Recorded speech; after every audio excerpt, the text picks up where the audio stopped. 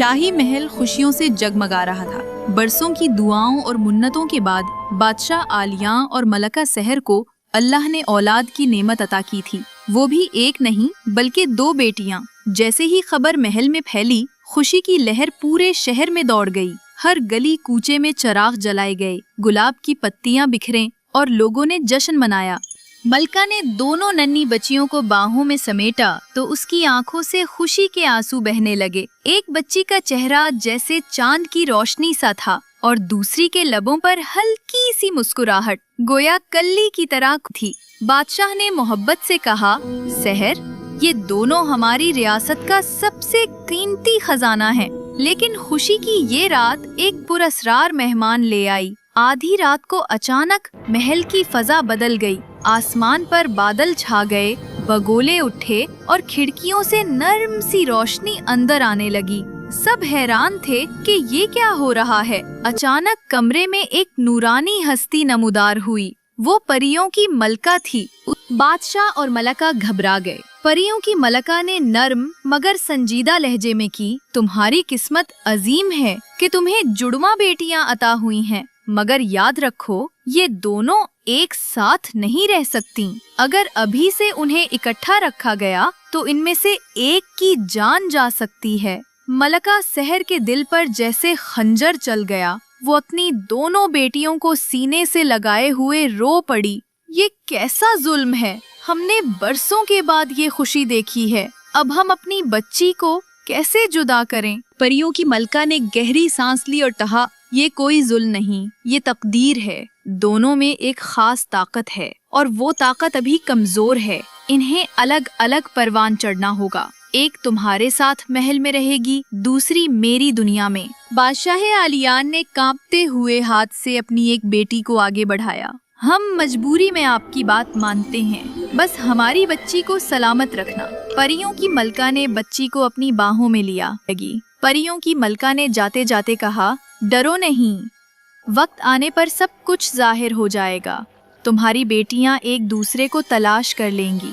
ملکہ نے دوسری بیٹی کو سینے سے لگایا اور دعا کی، اللہ کرے ایک دن یہ دونوں بہنیں پھر اکٹھی ہو جائیں۔ یوں جشن کی رات غم کی سایہ دار خاموشی میں بدل گئی۔ ایک بچی محل میں رہ گئی اور دوسری پریوں کی جادوئی دنیا میں روانہ کر دی گئی۔ سال گزرتے گئے، محل میں رہنے والی شہزادی کو سب زویا کے نام سے جاننے لگے۔ وہ بچپن سے ہی ناز و نعم میں پلی بڑھی، لیکن اس کے دل میں ہمیشہ ایک انجانی کمی سی رہتی تھی۔ زویا کی پرورش محل کے طرز پر ہوئی۔ صبح سویرے کنیزیں اسے سنوارنے آتی، نئے نئے لباس پہنائے جاتے۔ پریوں کی دنیا میں وہ دوسری بچی جسے پریوں کی ملکہ اپنے ساتھ لے گئی تھی، اس کا نام لیانا رکھا گیا۔ لیانا باقی پریوں سے مختلف تھی۔ جہاں دوسری پریوں کے پروں میں رنگ برنگی روشنی چمکتی تھی، وہاں لیانا کے کندھوں پر پر ہی نہیں تھے، اس لیے وہ خود کو ادھورا سمجھتی۔ جب کبھی پریوں کی لڑکیاں آسمان میں اڑتی، وہ نیچے بیٹھ کر ان کو دیکھتی رہتی، کاش میرے پاس بھی پر ہوتے، میں بھی آسمان کو چھو سکتی۔ پریوں کی ملکہ اکثر اس کے پاس بیٹھتی اور کہتی، بیٹی تم عام نہیں ہو، تمہارے اندر کچھ ایسا ہے جو وقت آنے پر تمہیں خود دکھائی دے گا، صبر کرو اور اپنی روشنی کو پہچانو۔